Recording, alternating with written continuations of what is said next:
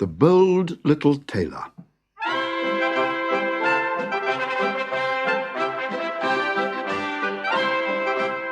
One hot summer's morning, a little tailor sat sewing a shirt by the open window of his shop. He was a very ordinary little tailor, and he led a very ordinary life. But he was always dreaming of fame and adventure. One day, he said to himself, I'm going to make my mark in the world. The mere thought of adventure made him feel quite hungry, so he cut himself a chunk of bread and spread it thickly with strawberry jam. Taking a huge bite, he put the bread and jam down beside him and went on sewing.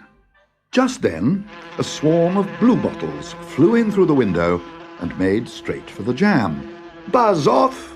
shouted the little tailor, and picking up the shirt, he gave a mighty flick. Instantly, 7 fat flies lay dead on the floor. "What a feat!" he cried. 7 at one blow! The world must hear of this." So taking up his needle and thread, he embroidered on his belt the words, 7 at one blow. "Perfect," he said. "Now I'm off to make my fortune." And he packed some bread, cheese, and a soft-boiled egg in his bag and hurried off. The little tailor had not gone far when he found a tiny sparrow tangled up in a thorn bush. Freeing the bird, he put it gently in his pocket and walked on. A few hours later, he was striding along a winding mountain road when he suddenly bumped into the toe cap of a huge shoe. Looking up, he saw a terrifying giant glaring down at him. "You walked into me!" roared the giant. "I've a good mind to stamp on you, you miserable little nobody." "Well, giant, I'm sorry I bumped into you," said the little tailor, "but you shouldn't leave your big foot in my way." And he stood defiantly, with his hands on his hips, so that the giant could see the writing on his belt. 7 at one blow, read the giant. "I don't believe it. You're such a little fella. But if you really are so strong, let's see you do this." And he picked up a boulder in his giant hand and squeezed it until his knuckles cracked. The rock shattered into dust, and the giant sprinkled it carelessly over the ground. "That's easy," said the little tailor, and pretended to hunt around for a stone. But when the giant was not looking, he took the egg from his pocket and closed his hand around it. The yolk oozed through his fingers as he crushed the egg in his fist. "Ha!" said the giant, pretending to be unimpressed. "I bet you can't throw a stone as far as I can." And he picked up another boulder and hurled it down the mountainside. "Easy," laughed the little tailor. But instead of picking up a stone, he slipped the bird out of his pocket and released it into the air. Up it soared, high into the sky, and disappeared into the branches of a distant wood. The giant whistled with admiration, then invited the little tailor home to meet his giant brothers. "Just help me carry some firewood, will you?" he said, pulling a massive oak tree out of the ground with his bare hands. "All right, giant, you take the trunk, and I'll carry the branches." But when the giant had tucked the trunk under one arm, the little tailor hopped up into the branches. He let the giant carry the whole tree all the way to the door of his mossy mountain cave. "I'm putting my end down now," shouted the giant. "All right, I'm setting down the branches," said the little tailor, jumping to the ground. The giant and his brothers gave the little tailor a splendid meal and a big bed to sleep in. But the mattress was so lumpy that he just could not get to sleep. So he got up and lay on the floor beneath the bed.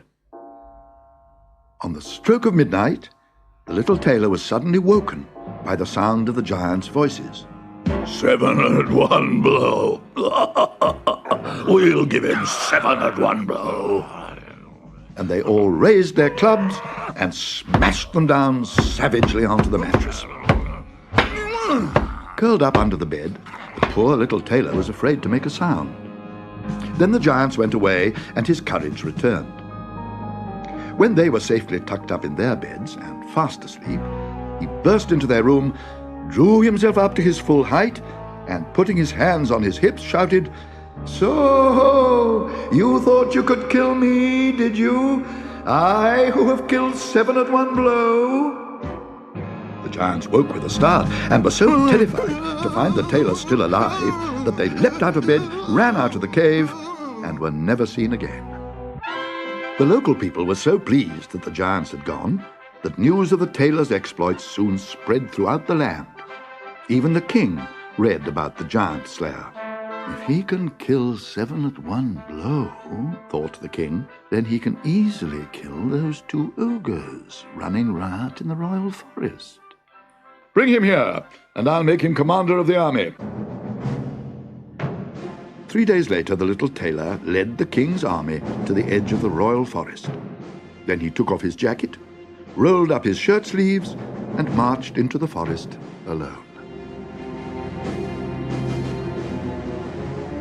The 2 ogres were lying fast asleep under a tree in the middle of the forest. When the little tailor found them, he filled his pockets with stones and climbed into the branches above them. Then he dropped the heaviest stone onto the chest of the biggest ogre. "Who do you think you're hitting?" growled the ogre to his friend. "I never touched you," yawned the other, and promptly fell asleep again. Then the little tailor dropped a stone onto the other ogre. "What are you hitting me for?" grumbled the ogre. "I said I never touched you." Then the tailor dropped another stone onto the first ogre. With a furious grunt, he stumbled to his feet and dragged the other ogre up by his braces. "That's twice you've hit me, you brainless ox!" "Oh, I didn't hit you!" bellowed the second ogre. "Of course you did!" roared the first, and they ranted and raged and swung their arms around like the sails of windmills. Then one tore up a tree to use as a club, and the other grabbed him round the waist and pulled him to the ground. Far away at the edge of the royal forest, the soldiers could hear terrible banging and roaring. They trembled to imagine the state of the bold little tailor. But at dusk, the forest fell silent, and a clear voice rang out, "You can come in now, men. I've finished with these weedy ogres of yours." And when the soldiers found him, the little tailor was standing in triumph, with 1 foot on each ogre. The fame of the bold little tailor spread like wildfire. But when the king heard the news, he began to be afraid of his giant killer. "What if he should decide he wants my crown?" he thought. Nobody could stop him.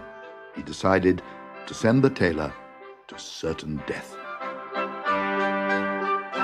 "I want you to capture the ferocious unicorn which has killed so many of my best soldiers. Of course, if you bring it home alive, I'll give you half my kingdom, and you can marry my daughter." "No problem, your majesty," said the little tailor, and taking an axe and a coil of rope, he set out alone to capture the unicorn. It was twilight when he reached the wood where the unicorn lived. Stepping softly through the undergrowth, he could see nothing at first. But then he heard a menacing scrape of hooves on the forest floor. And suddenly, from behind a huge stone, the unicorn appeared. With a hideous whinny, the ferocious beast lowered its head and began to charge. Closer and closer it galloped, its long, sharp, twisted horn gleaming in the last rays of sunlight. At the very last moment, the little tailor jumped aside, and the unicorn thundered straight into a sturdy oak tree, its horn stuck fast in the trunk. The ferocious animal struggled for an hour, but finally gave in. Then the little tailor chopped the wood away from the horn, tied the rope round the unicorn's neck, and led it slowly back to the palace. It is hard to say now which horrified the king more, the sight of the bold little tailor, safe and sound, or the sight of the fearsome unicorn standing quietly in the courtyard. But he had to keep his promise. He gave him half the kingdom, and the tailor married the king's daughter. After 7 years, they had 7 sons, and when the old king died, the bold little tailor ruled over the land for the rest of his days, without anybody troubling him.